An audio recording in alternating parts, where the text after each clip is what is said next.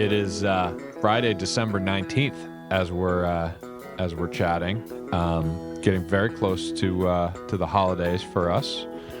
I've got to work a couple days next year, but I'm playing with Calling tonight in the Middle East Corner, another 10 o'clock late gig, and I was practicing for that just before we got on. It pains me not to be able to go to these gigs because 10 o'clock I've already turned into a pumpkin. Yeah. Yeah, no, it's late. It's way past my bedtime, but it's worth it to lock into the groove with these guys. The last time I played there, it was so good. I can't wait. I can't wait to go back. So yeah, I'm fired up, but looking forward to the holiday. My wife and I were wrapping some gifts for the kids while they were at school today, and I'm like, I can't wait. I can't wait till they unwrap these things. So I'm definitely building in anticipation to the Christmas holiday. How about you? Christmas is far and away my favorite holiday. Yeah. It always has been. Yeah. And I absolutely love getting presents. Oh, yeah? Which I know is a little childish, but that's the way it is. And like, I'm married to somebody who knows what she would like for Christmas, goes out and buys it in November, wraps it up, keeps it put away. And she's not doing it because she thinks I won't be able to, but she's just way more pragmatic about it. That's just how she operates. Yeah. That's how she operates. So it's funny, but I'm like, the tree can't have all the presents under the tree when we go to sleep Christmas Eve. Santa is real. Yeah, totally. Do you like surprises, or do you want to get the thing that you want to get? I love surprises, and if, particularly when it's a good gift giver, because most of the time it's something that I probably wouldn't buy for myself because out of just my fiscal responsibility or some nonsense. And now I don't really want for much. I'm not even buying green bananas at this point. So I've told people I don't even need Christmas presents, but I'm sure they're going to shower me with Christmas presents. Yeah. Well, you deserve all the joy of opening gifts on well, the joke's already going around in the family like it's going to take hours upon hours because if you see me try to open anything, it's like a yard sale. I can't. You got your stylus for the phone. Do you have a tool like that or a knife or something? Well, I don't think anybody would hand me a knife because they're quite sure I would cut myself in it. Yeah. I don't even know I could hold on to it, frankly. Oh, man. But my hands have deteriorated considerably. If you think about what it takes to slice something open, like you got to be able to hold it with one hand, right? And then have some precision with your right hand to go down the seam. And I possess neither of those abilities at the moment. It was funny because I was just practicing piano, and there's so many things I wish my hands could do. It's like, it does this kind of well, or kind of, so why can't it do it better? But then, don't say that to me because I'll give you an STFU, baby. Let me tell you something about wishing something your hands could do. Yeah. Yeah, I totally get it. It's the duality. Yeah, but yeah, I don't want to sit here talking about how amazing the human body is. That's probably not what you want. No, it is amazing. The thing that has driven my family crazy for years on end is when I get a present, I like to shake it a little bit, and I like to draw it out a lot. I like to try and guess what it is beforehand, and sometimes I'm right, but that really frosts people. Yeah. And the more I frost them, the more I draw it out. You can tell when you're having an effect. Oh yeah. Awesome. Well, what should we talk about today? Well, I'm open to suggestion. Maybe I know these podcasts are a couple of weeks delayed from when we record to when they hear. That's true. People hear them. Just as an update, things are getting worse. My speech is definitely more affected, and the more I talk, the more tired I get. But like my hands are deteriorating. My breathing is, sometimes I have labored breathing just at rest. Like that's a new thing. So I say this to be, I'm not complaining, and I don't want people to feel sad about it. I say more just matter of fact as an update is how am I doing? And, I'm getting worse. It's not altogether a surprise. I will say that the last 3 months, it seems like the progression has accelerated.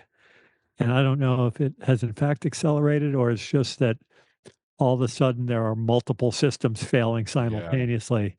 And so it Yeah. feels like it's accelerating. But either way, it's not a surprise. Like it is what it is. But anyway, that's where things are. I can still shuffle around. It definitely scares the crap out of people when they see me stand up. Yeah. And in fairness, it's a legit fear.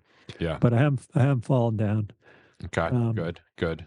I'm a little unsteady on my feet. You know, in the morning I can do just with gravity, I can do a curl with my left hand. Like I can get my left hand up, like you're doing a curl. Right. But Right. by 7 o'clock at night, I You can can't only do that get my anymore. arm up like halfway. The muscle's just too fatigued. Wow. So that's sort of happening all over. Wow. Um, but I got a terrific aide who comes 6 days a week, a Haitian woman named Widley, who started like at the end of August. So she and I have gotten to know each other pretty well, and she's like the younger folks may not get this reference, but she's like the Radar O'Reilly in my life. Radar O'Reilly was a character on the show MASH who worked for the Colonel, and he just anticipated the Colonel's needs before the Colonel even knew he had the need. Wow. And so she's lovely and amazing, and I'm lucky to have her. Lucky to be able to Yeah. have that level of care. Yeah. So um, anyway, that's a little update on me.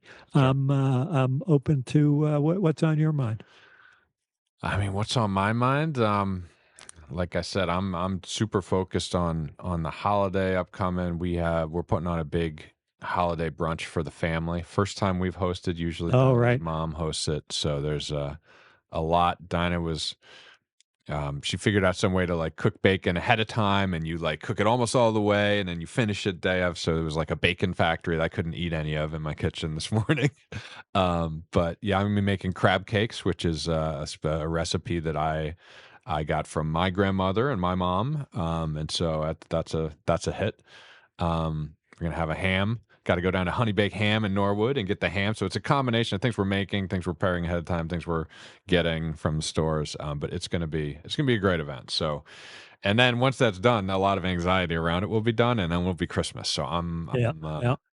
I'm totally for that. Are there things? Do you have family coming, or what's the We outlook just for? just be us and the kids, Yeah.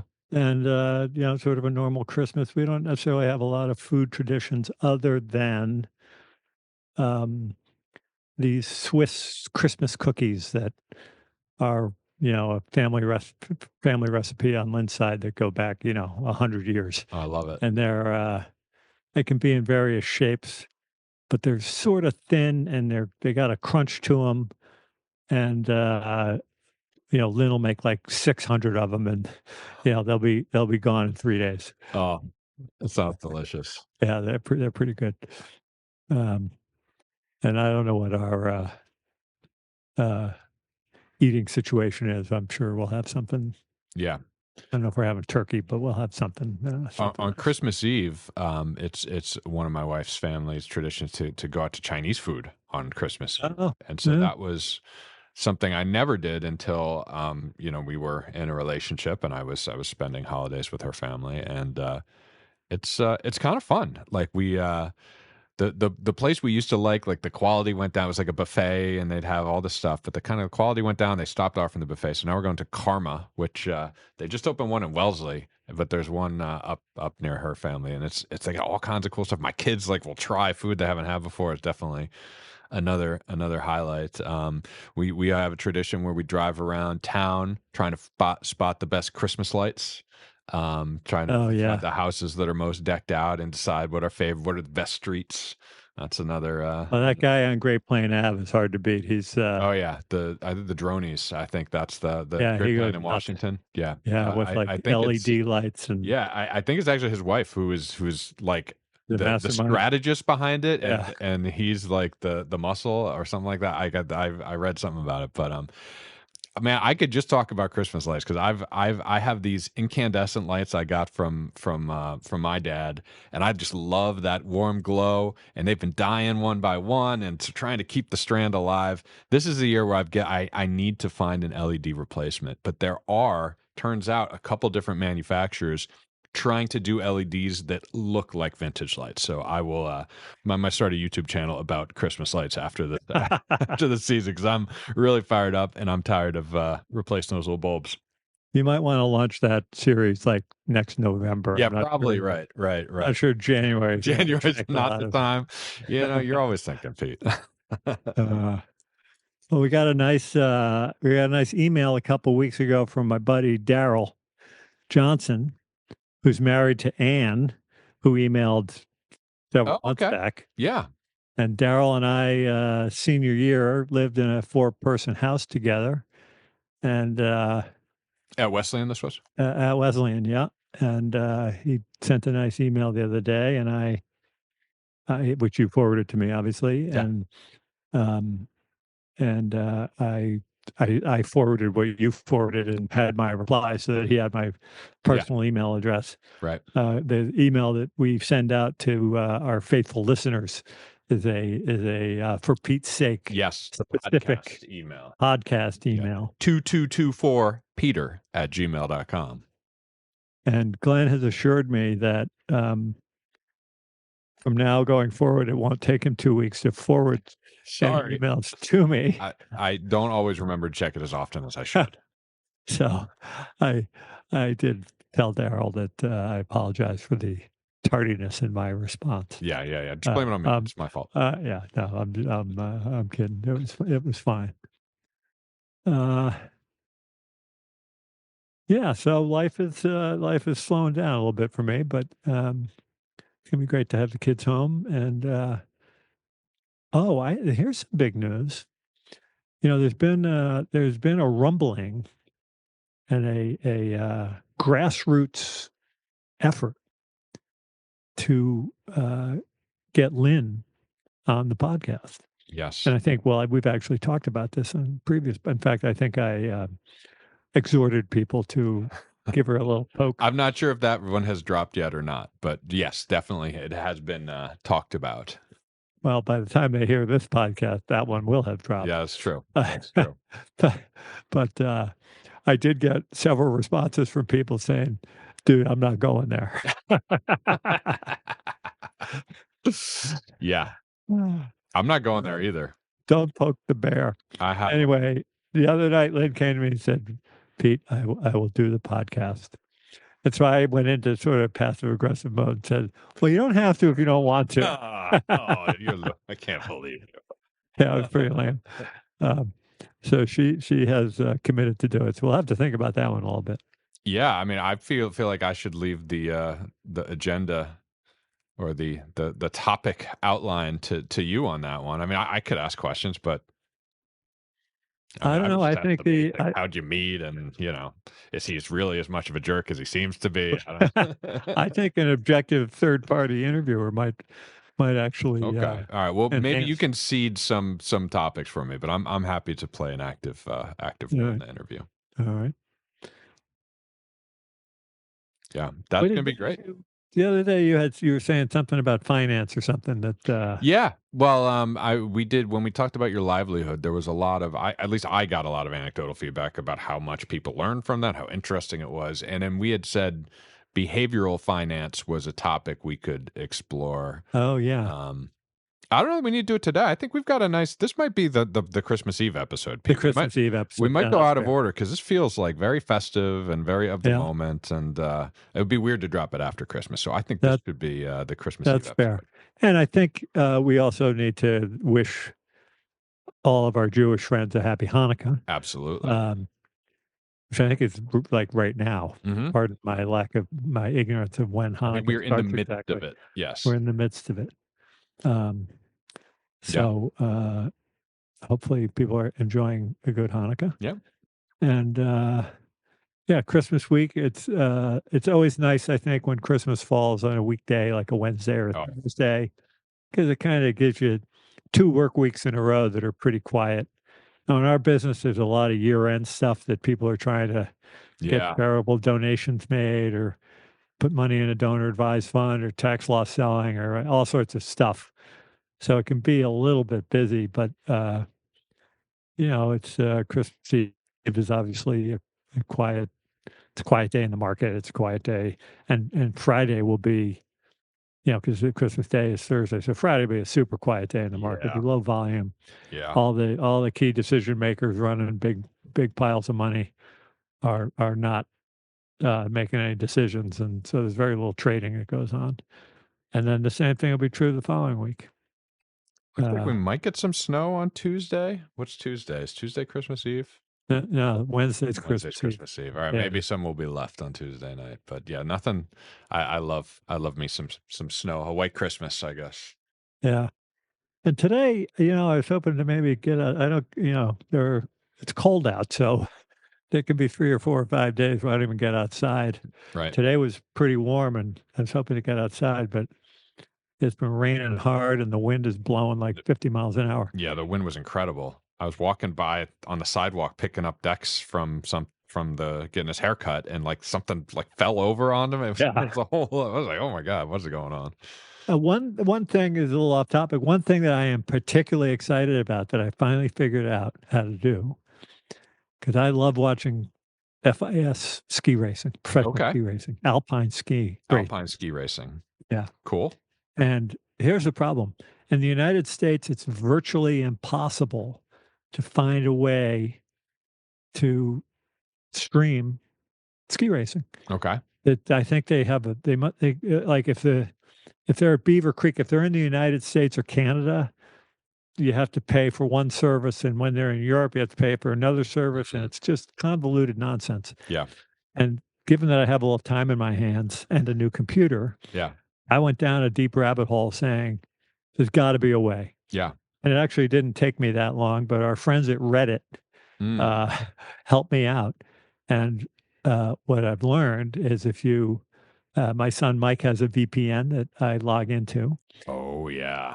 And so if you... And that's that you pop out in a different country, I assume? It's a... in Australia, all the FIS races and like Europa Cup, like the junior circuit, all of them are streamed live on YouTube.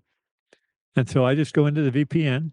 Yeah. And I'm based out of Sydney all of a sudden, and go to YouTube, and boom. Yeah. So what did I watch today? I watched Super G today, and Marco Odermatt, who is like top 2 or 3 skier in the world, was in first place. And it's like the first 25 skiers in a Super G are like, 15 of them are legit contenders. Yeah. The other 10, something fluky happens kind of thing. Maybe they make a podium. And then there are more racers that come down, 26 through 40 or 50 or something. And today, the guy like in 31st, like they put bib number 31. Yeah.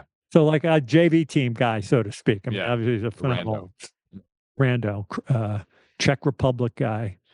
Like he's been on one podium in his life, and he's 36, and so he's obviously a capable skier. Bottom line is the guy killed it on the course and won. I love it. I mean, it was like a victory like that hadn't happened in like 30 years. Like it is extraordinarily rare. So that was super fun. Awesome. And then I watched some Europa Cup women's slalom. Okay. That's awesome. Love and there's skiing on alpine skiing on almost every day. Yeah. It's not like it's only on Saturday and Sunday. And Yeah. so often. Yeah. I'm watching a lot of ski I racing. love watching in the Olympics. I love how you figured out a way to get past the region lock and actually get access to it. You know, my go-to used to be I'll Google something and then pro move for all you Googlers. If you do site:/reddit.com, it will only show you results from reddit.com. Which, if for those who don't know, Reddit's a social network where you can ask a question and people vote on answers. But my number one move right now, I don't start with Google. I start with Gemini or ChatGPT. An LLM, and if you, it can be, it's not always great, and a lot of times it will just lead you to maybe wherever Reddit led you to. But I bet it would have come up with some options. If it gives you the right answer the first time, it saves you a lot of time. Yeah, absolutely. And if it doesn't give you a good answer, then okay, you're back to square one. But it didn't really hurt you because there wasn't much opportunity cost. Right. Yeah. So that got me excited. Yeah. And what's cool is I'm not even sure what it's probably like very early morning Australia time that these things are being streamed. Yeah. But they're all in Europe right now. Right. Today they're in Italy.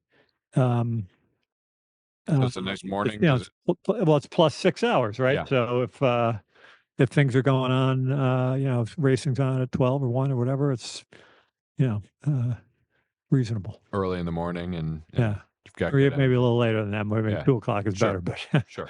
Yeah, but it's also they stream it live, but you can start the stream from the beginning of the broadcast. So it's like a DVR recording. Oh, that's perfect. So you don't have to get it live. So you don't have to be watching. Yeah, exactly. Yeah. So that's fun as hell. Yeah. And I also got some great from my friend Jorg. I got some great recommendations for German television. So I send myself to Frankfurt with the VPN. Yeah. And I got they call them in Germany they call them Krimis, like for criminal. Okay. The CRIMI. Yeah. It's what they call them, and it's usually 1 hour whodunit type show. Sure. And sometimes they're a little cheesy, but this one show that he turned me on to is like they'll do a season in Hamburg, and then they'll do a season in Berlin, and they do. Okay. Yes, it's a little like CSI Miami. Yeah. And they're pretty good. And you're listening to it in German, of course, and practicing. Yeah, and it's in German, and I get the dialogue's coming at you fast. Sure. Yeah. And so I get, I don't know, 35% of the context of what they're talking about because it's a lot of vocabulary that I just don't know. Yeah. And the shit's coming at you. Forensics in German. Yeah, right. But that's kind of fun. And then there's the Tagesthemen is kind of like the PBS NewsHour. Okay. And that's I understand a lot of that because I know the context. Yeah. And I have the vocabulary. The business vocab, yeah. Business vocabulary and sort of geopolitical stuff I can. Sure. But, I don't know what you call the coroner, in German. Right. Not sure. I'm sure it's really long. It may just be Herr Coroner, but who the hell knows? Yeah. Awesome. Well, I'm glad that you've found the unlock to all types of global streaming content. Yeah. Let's keep it on the down low so they don't figure out the VPN trick. Well, yeah, who knows? I know. I'm not. There are some things I'm not worried about. That's one of them. But today was a good day. I woke up with a little vinegar in my step, and I took a little nap before we. What time is it right now? Like 3 o'clock. Yeah. A little nap before this, and feeling a little perky. Right on. I love it. I love that you're perky, Pete, and I can hear it. I can hear it in your voice. So we'll talk. We probably won't. Well, maybe we will record one on Christmas Eve. We'll see. But we'll have to. This will be our Christmas Eve episode. So yes. Merry Christmas, one and all. Yeah. Happy Hanukkah. Happy New Year. Kwanzaa. However you roll. Enjoy the holidays. And then we'll do some sort of 2025 retrospective 2026, what's coming down the chute. Yeah. Yeah. And we've got our podcast wrapped. That'll be a better New Year's thing. So we're going to go a little bit out of order. So forgive us for the chronological swap, but I think it'll be perfect. We are happy to follow your editorial point of view. All right. I do. I am the one who uploads and numbers the episodes. So that yes, that's some agency I have. All right. Well, yeah, I think that's a wrap. Pete, I wish you and yours the best, and I'll look forward to speaking with you again soon. Thank you, as always.